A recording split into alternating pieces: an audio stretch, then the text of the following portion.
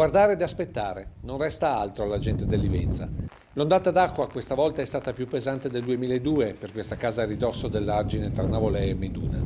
Chi ci abita ha monticchiato e coperto con un telo ciò che era il piano terra e poi si è messo in macchina con la rassegnazione della consapevolezza. La piena è stata 7,37 m, un livello veramente preoccupante. Adesso sta calando, lentamente ma sta calando, e questo ci dà un respiro di sollievo sicuramente. C'è chi attende sull'argine, chi invece ha preferito rimanere in mezzo all'acqua, come i proprietari di queste case a Meduna.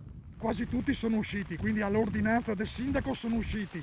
C'è una famiglia che ha gli animali a cuore, ha le galline, ha i galli, ha tutto quello che c'è, e niente, vogliono rimanere là, assumendosi le proprie responsabilità. Istantanei di un 8 dicembre di pioggia e vento gelido di Bora lungo il fiume che segna il confine orientale della Marca.